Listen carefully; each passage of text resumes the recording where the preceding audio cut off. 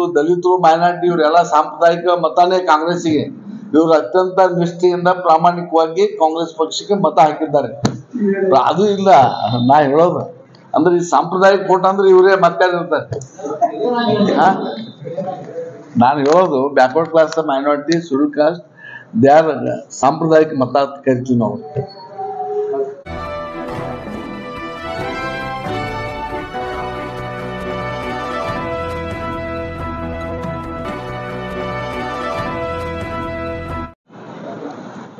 ಎಲ್ಲ ಮಿತ್ರರಿಗೆ ಇವತ್ತು ನಾನು ಈ ಸಂದರ್ಭದಲ್ಲಿ ನಿಮ್ಮೆಲ್ಲರಿಗೂ ಕೂಡ ಸ್ವಾಗತವನ್ನು ಕೊಡ್ತೇನೆ. ನನ್ನ ಜೊತೆಯಲ್ಲಿರ್ತಕ್ಕಂಥ ನಮ್ಮೆಲ್ಲ ಕಾಂಗ್ರೆಸ್ ಪಕ್ಷದ ನನ್ನ ಜೊತೆ ಇರ್ತಕ್ಕಂಥ ಎಲ್ಲ ಹಿರಿಯ ನಾಯಕರಿಗೆ, ಎಲ್ಲ ಪದಾಧಿಕಾರಿಗಳಿಗೆ, ವಿಶೇಷವಾಗಿ ನಮ್ಮ ಬ್ಲಾಕ್ ಅಧ್ಯಕ್ಷರು ಕಡಿಮನಿಯವರು, ನಮ್ಮ ಗಣ್ಯಾರ್ ಪಾಟೀಲ್ ಅವರು, ನಮ್ಮ ಕಾಂಗ್ರೆಸ್ ಪಕ್ಷದ ಅಭ್ಯರ್ಥಿಯಾದ ಮುಷ್ರಿಫ್ ಅವರು, ನಮ್ಮ ಸಂಬಣ್ಣಿಯವರು, ಗಡಗ್ಲ ಅವರು, ನಮ್ಮ ಕರ್ಪೂರ್ ಮಠರವರು, ಕೃಷ್ಣ ಅವರು, ರಾಠೋಡ್ ಅವರು, ಸಾಹೇಬೌಡವರು, ಎಲ್ಲ ಅನೇಕ ಜನ ಇವತ್ತು ಬ್ಲಾಕಿನ ಅಧ್ಯಕ್ಷರು ಹೇಳಿ ಇವರೆಲ್ಲ ಇವತ್ತು ಈ ಗೋಷ್ಠಿಯಲ್ಲಿ ನನ್ನ ಜೊತೆಗಿದ್ದಾರೆ. ಇವತ್ತೇ ಯಾಕೆ ಕರಿಬೇಕಾಯ್ತು ಅಂತಕ್ಕಂಥ ಕುತೂಹಲ ನಿಮಗೂ ಕೂಡ ಇದೆ. ಇಲ್ಲಿ ನಾನು ಯಾವುದೇ ಗೊಂದಲದ ವಿಚಾರವನ್ನ ಪ್ರಸ್ತಾಪ ಮಾಡಲಿಕ್ಕೆ ಹೋಗೋದಿಲ್ಲ. ಒಂದು, ಈ ಚುನಾವಣೆಯಲ್ಲಿ ನನ್ನ ಪರವಾಗಿ ಕೆಲಸ ಮಾಡಿರ್ತಕ್ಕಂಥ ಎಲ್ಲ ನಮ್ಮ ಜಿಲ್ಲೆಯ ಕಾಂಗ್ರೆಸ್ ಪಕ್ಷದ ಎಲ್ಲ ಕಾರ್ಯಕರ್ತರು ಮತ್ತು ಎಲ್ಲ ಶಾಸಕರು, ಮಂತ್ರಿಗಳು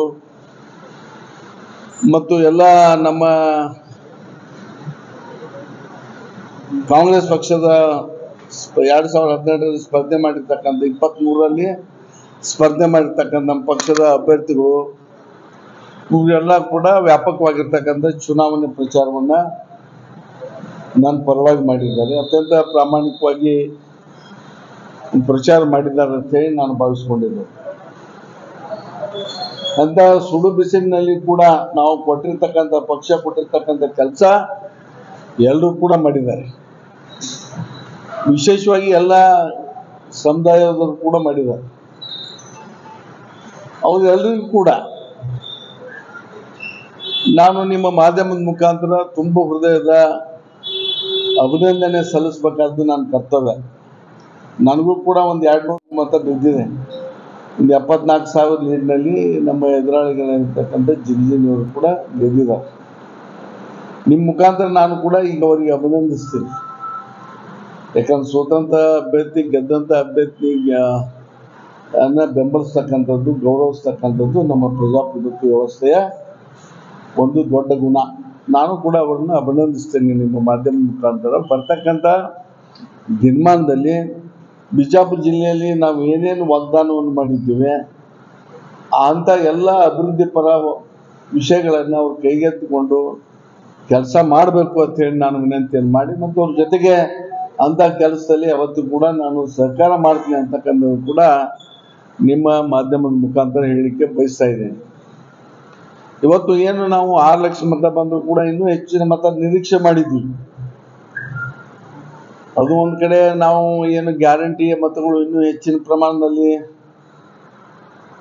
ನಾವು ನಿರೀಕ್ಷೆ ಮಾಡಿದ್ವಿ, ಆ ಪ್ರಮಾಣದಲ್ಲಿ ಬರಲಿಲ್ಲ ಅಂತ ಹೇಳಿ ನಾನು ಭಾವಿಸ್ಕೊಂಡಿದ್ದೇನೆ. ಅದರಂತೆ ಇನ್ನೂ ಬೇರೆ ಬೇರೆ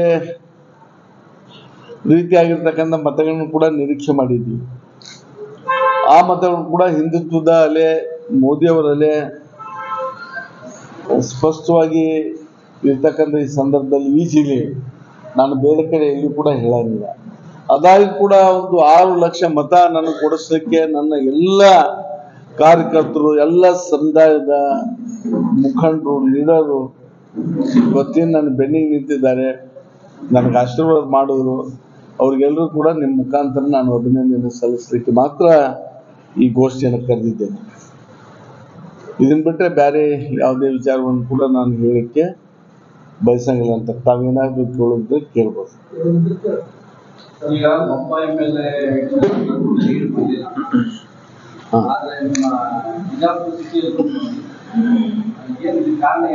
ಬಿಜಾಪುರ ಸಿಟಿಯಲ್ಲಿ ಇಲ್ಲಿ ನಾನು ಹೇಳಬಾರ್ದು, ಆದರೂ ಕೂಡ ಇಲ್ಲಿ ಮೈನಾರಿಟಿ ಸಂಖ್ಯೆ ಜಾಸ್ತಿ ಇದೆ. ಯಾವತ್ತೂ ಕೂಡ ಅವರು ಕಾಂಗ್ರೆಸ್ಸನ್ನು ಸಂಪೂರ್ಣವಾಗಿ ಬೆಂಬಲಿಸೋದು ಬಂದಿದ್ದಾರೆ. ಕಳೆದ 2-3 ಚುನಾವಣೆಯಲ್ಲೂ ಕೂಡ ನೀವು ನೋಡ್ಬೋದು, ಕಾಂಗ್ರೆಸ್ ಸೋತಾಗ ಕೂಡ ಒಂದು 5,000 3,000 ಲೀಡ್ ಬಂದಿದೆ. ಅದು ಇವತ್ತು ಒಂದು 9,000 9,500 ಲೀಡ್ ಬಂದಿದೆ. ಅದಕ್ಕೆ ಬಿಜಾಪುರ ಜಿಲ್ಲೆಯ ಎಲ್ಲ ಮತದಾರರಿಗೆ, ಎಲ್ಲ ನಾಯಕರು, ಇವರೆಲ್ಲರೂ ಕೂಡ ನಾನು ಅಭಿನಂದಿಸ್ತೇನೆ.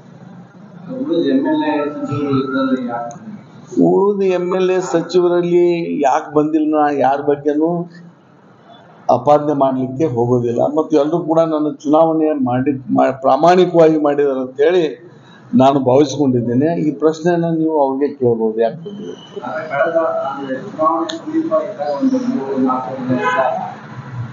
ಚುನಾವಣೆ ಮತದಾನಕ್ಕೆ 3-4 ದಿನ ಇದ್ದಾಗ ಶಾಸಕರು ಸಚಿವರು ಕಾಂಗ್ರೆಸ್ ಪರ ಆಗಿಲ್ಲ ಹಂಗೆ ಸಚಿವರು ಮತ್ತು ಶಾಸಕರು ಮತದಾನಕ್ಕೆ ಒಂದು 4 ದಿನ ಇದ್ದಾಗ ಸೈಲೆಂಟ್ ಆದ್ರು ಅಂತ ಹೇಳಿ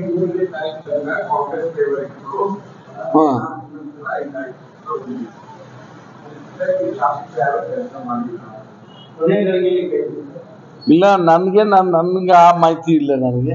ನಾನು ಎಲ್ಲರೂ ಮಾಡಿದ್ದಾರೆ ಅಂತ ಹೇಳಿ ಬಯಸ್ಕೊಂಡಿದ್ದೆ. ಮಾಹಿತಿ ಸಿಕ್ಕಿರ್ಬೇಕಲ್ಲ, ಎಲ್ಲಿ ಶಾಸಕರು ಇದ್ದಾರೆ, ಎಲ್ಲಿ ನಿಮ್ದು 6 ಶಾಸಕರು ನಿಮ್ಮಲ್ಲಿದ್ದಾರೆ, 2 ಮಂತ್ರಿಗಳದಾರೆ, ಅಲ್ಲಿನೂ ಬಿಜೆಪಿಗೆ ಮುನ್ನಡೆ ಸಿಗ್ತೈತಿ, ನಿಮ್ಗೆ ಹಿನ್ನಡೆ ಆಗ್ತದಂತೆ. ಏನಾಗ್ಬೋದು ಅಂದ್ರೆ ಸರಿಯಾಗಿ ಕೆಲಸ ಮಾಡಿಲ್ಲ ಅನ್ನೋದು ಆಗ್ಬೋದು, ಅಥವಾ ನಿಮ್ ಬಗ್ಗೆ ಯಾರು ಗೌರವ ಇಲ್ಲ ಅನ್ನೋದು ಏನಾರು ಆಗಿರ್ಬೋದು. ಇಲ್ಲ, ಇದು ಎಲ್ಲ ಸಂದರ್ಭದಾಗ ನಡೆದಿದೆ. ನನ್ನ ಬಗ್ಗೆ ಎಲ್ಲರಿಗೂ ಗೌರವ ಇದೆ. ಎಲ್ಲರೂ ಒಕ್ಕಟ್ಟಿನಿಂದ ನನ್ನ ಹೆಸರು ಯುನಾನಿಮಸ್ ಆಗಿ ಹೈಕಮಾಂಡ್ ಸಜೆಸ್ಟ್ ಮಾಡಿ ನನ್ನ ಟಿಕೆಟ್ ಎಲ್ಲರೂ ಕೂಡ ಕೊಡಿಸಿದ್ದಾರೆ. ಮತ್ತು ಎಲ್ಲರೂ ಕೂಡ ಅದೇ ನಿರೀಕ್ಷೆ ಇತ್ತು, ಬರಬೇಕಾಗಿತ್ತು, ಬಂದಿಲ್ಲ ಅಷ್ಟೇ, ಅಷ್ಟು ಮಾತ್ರ ಹೇಳ್ಬೋದು.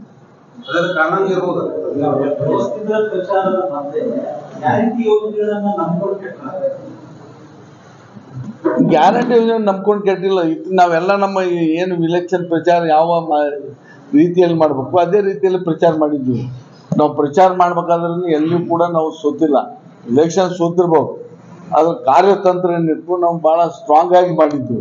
ಎಲ್ಲ ಒಂದು ಕಡೆ ಅದು ಫೇಲ್ ಆಯಿತು, ಅದು ನಮ್ಮ ಕೈ ಕೊಡ್ತು ಅನ್ನೋದು ಮಾತ್ರ ಹೇಳ್ತೀವಿ. ಹೌದು ಹೌದೌದು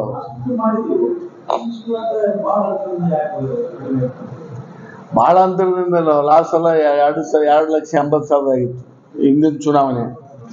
ಆಮೇಲೆ ಈಗ 6 ಲಕ್ಷ ಚುನಾವಣೆ ಇಲ್ಲಿವರೆಗೆ ಕಾಂಗ್ರೆಸ್ ಪಕ್ಷ ತೊಗೊಂಡಿಲ್ಲ. ಇಲ್ಲಿ 6 ಲಕ್ಷದವರೆಗೆ ಪಾರ್ಲಿಮೆಂಟ್ನಲ್ಲಿ ಮತ ಬಿದ್ದಿರಲಿಲ್ಲ. ಆದರೆ ಇನ್ನೇನು ಎಲ್ಲೋ ಒಂದು ಕಡೆ ತಪ್ಪಾಗಿದೆ ಅಂತ ಹೇಳಿ ನಾನು ಒಪ್ಕೋತೇನೆ. ಅದನ್ನ ಮುಂದೊಂದು ದಿವಸ ನಮ್ಮ ಪಕ್ಷದ ವೇದಿಕೆ ಮೇಲೆ ಆತ್ಮವಿಮರ್ಶೆಯನ್ನು ಕೂಡ ನಾವು ಮಾಡ್ಕೋತೀವಿ, ಯಾಕೆ ಸೋತು ಅನ್ನೋದ್ರ ಬಗ್ಗೆ.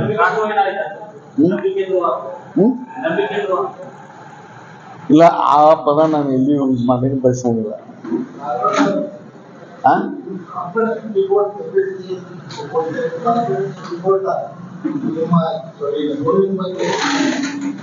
ಇಲ್ಲ, ನನಗೆ ಈ ಸುರ್ಜೇವಾಲ ಸಾಹೇಬರು ಈಗ ಒಂದು ಅರ್ಧ ಗಂಟೆ ಹಿಂದೆ ಫೋನ್ ಮಾಡಿದ್ರು, ವಿಚಾರಿಸಿದ್ರು, ಏನೇನ ಕೇಳಿದ್ರು, ಮಾಹಿತಿ ನೀವು ಒಂದು ರಿಪೋರ್ಟ್ ಕಳಿಸ್ರಿ ನನಗೆ ತಿಳಿದಾಗ ಕಳಿಸ್ರಿ.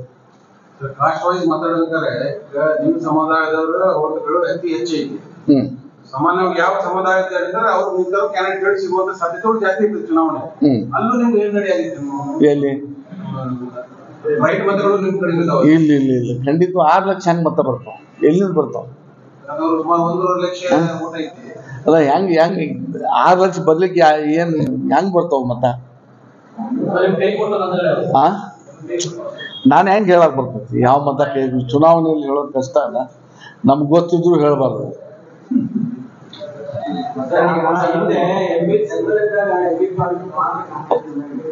ನೋಡ್ರಿ, ಯಾವಾಗ ತ್ರಿಕೋನ ಸ್ಪರ್ಧೆ ಇತ್ತು, ತಾವು ಗಮನಿಸ್ಬೇಕು. ಈಗ ನೇರ ಚುನಾವಣೆ ನಡೀತಾ ಇದ್ದಾವೆ.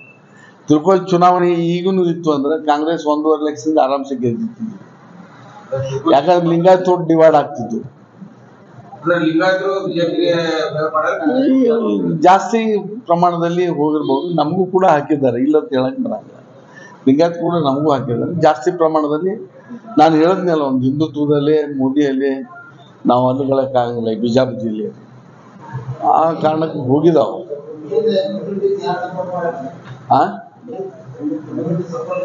ಏನು ಸಾಂಪ್ರದಾಯಿಕವಾಗಿ ಏನು ಕಾಂಗ್ರೆಸ್ಸಿಗೆ ಸಪೋರ್ಟ್ ಮಾಡ್ಬೇಕು ಅವ್ರು ಎಲ್ಲರೂ ಮಾಡಿದಾರೆ. ಇಲ್ಲ ಹೆಸರೇನು ಒಂದು ಹೇಳಿದ್ರೆ ಇನ್ನೊಂದು ತಪ್ಪೈತಿ. ಬೇಡ, ಅದನ್ನೇನು ಬೇಡ್ರಿ. ಈಗ ನಾನು ಯಾರು ದಲಿತರು, ಮೈನಾರಿಟಿ ಇವರೆಲ್ಲ ಸಾಂಪ್ರದಾಯಿಕ ಮತನೇ ಕಾಂಗ್ರೆಸ್ಸಿಗೆ. ಇವರು ಅತ್ಯಂತ ನಿಷ್ಠೆಯಿಂದ ಪ್ರಾಮಾಣಿಕವಾಗಿ ಕಾಂಗ್ರೆಸ್ ಪಕ್ಷಕ್ಕೆ ಮತ ಹಾಕಿದ್ದಾರೆ. ಅದು ಇಲ್ಲ ನಾ ಹೇಳೋದು. ಅಂದ್ರೆ ಈ ಸಾಂಪ್ರದಾಯಿಕ ವೋಟ್ ಅಂದ್ರೆ ಇವರೇ ಮತ್ತಾರಿರ್ತಾರೆ. ನಾನು ಹೇಳೋದು backward class, minority, schedule caste, they are ಸಾಂಪ್ರದಾಯಿಕ ಮತ ಅಂತ ಕರಿತೀವಿ ನಾವು. ಅವರೆಲ್ಲ ಹಾಕಿದ್ದಾರೆ.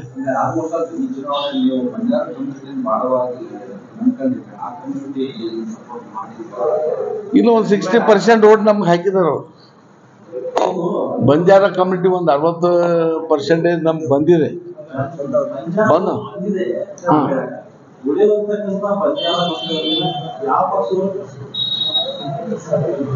ನೋಡಿದ್ದು ಪಾರ್ಲಿಮೆಂಟ್ ದೊಡ್ಡ ಚುನಾವಣೆ. ನೀವು ಅಸೆಂಬ್ಲಿಯಲ್ಲಿ ಆದ್ರೆ ಎಲ್ಲೋ ಒಂದ್ ಕಡೆ ಒಂದು 5-6 ಸಾವಿರ ವೋಟ್ ಅಂದ್ರೆ ಕರೆಸ್ಬೋದು, ಅದು ಈಸಿ.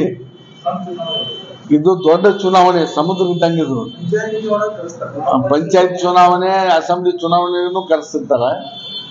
ಬಟ್ ಇದು ದೊಡ್ಡ ಪ್ರಮಾಣದಲ್ಲಿರೋದ್ರಿಂದ ಅದು ಮಾಡ್ಲಿಕ್ಕೆ ಸಾಧ್ಯ.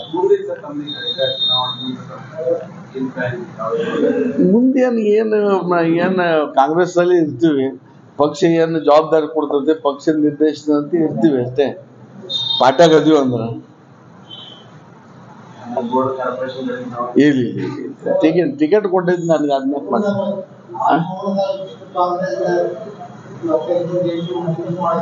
ಹೌದು, ಅದು ಲಾಭ ಆಯ್ತು ನುಕ್ಸಾನ ಆಯ್ತು ನಾ ಹೇಳಕ್ ಬರಂಗಿಲ್ಲ. ಅವರೇ ಹೇಳ್ಬೇಕಲ್ಲ, ಅವರೇ ಹೇಳ್ಬೇಕು, ಅಧ್ಯಕ್ಷರೇ ಹೇಳ್ಬೇಕು.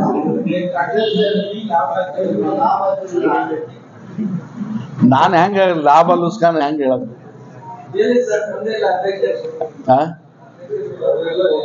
ಇಲ್ಲ, ನಾನು ನಿಮಗೆ ನನ್ನ ಕ್ಲಾರಿಫಿಕೇಶನ್ ಕೊಡ್ಬೇಕು. ನಾನು ನನ್ನ ವೋಟ್ ಹಾಕಿದವ್ರಿಗೆ ಅಭಿನಂದನೆ ಸಲ್ಲಿಸ್ಬೇಕು, MLAಗಳಿಗೆ ಅಭಿನಂದನೆ ಸಲ್ಲಿಸ್ಬೇಕು, ಲೀಡರ್ಗಳಿಗೆ ಅಭಿನಂದನೆ ಸಲ್ಲಿಸ್ಬೇಕು, ಎಲ್ಲ ಸಮುದಾಯದ ಜನರಿಗೆ ಮತ ಹಾಕಿದಂಥವ್ರಿಗೆ ಅಭಿನಂದನೆ ಸಲ್ಲಿಸ್ಬೇಕು ಅಂತ ಹೇಳಿ ಇದನ್ನ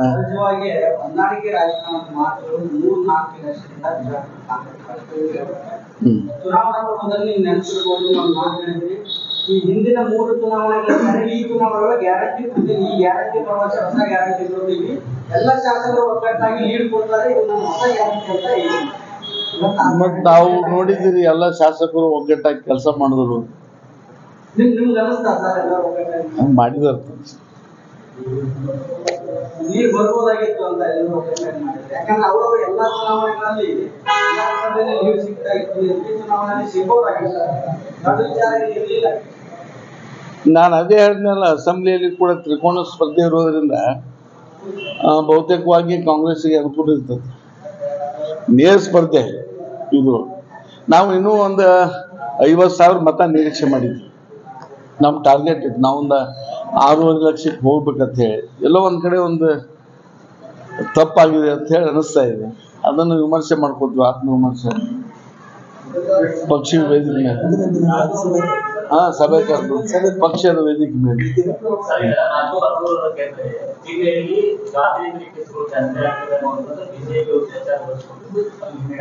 ಅದು ಪ್ರಮುಖ ಕಾರಣ. ನಾನು ಹೇಳಿದ್ದೆ ನಾನು ಇಲ್ಲಿವರೆಗೆ ಒಂದೇ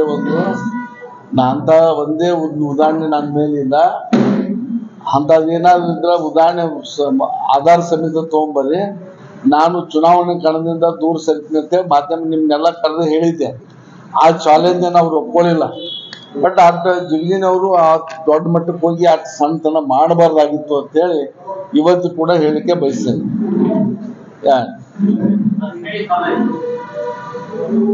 ಆಗಿರ್ಬೋದು, ಅದನ್ನ ಒಪ್ಕೋತೀನಿ, ಆಗಿರ್ಬೋದು.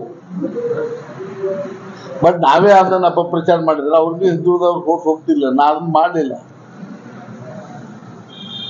ನಾನು ಅಂತ ಕನಿಷ್ಠ ಮಟ್ಟದ ಅಪಾದನೆಯನ್ನು ಅವ್ರ ಮೇಲೆ ಮಾಡಲಿಲ್ಲ. ಅವರು ಯಾಕೋ ಆ ಮಟ್ಟಕ್ಕೆ ಹೋಗಿ ಮಾಡ್ಯಾರಂದ್ರೆ ಅದು ವಿಷಾದನೀಯ. ಅವ್ರ ಬಗ್ಗೆ ಏನು ಟೀಕೆ ಮಾಡಂಗಲ್ಲ. ಓಕೆ.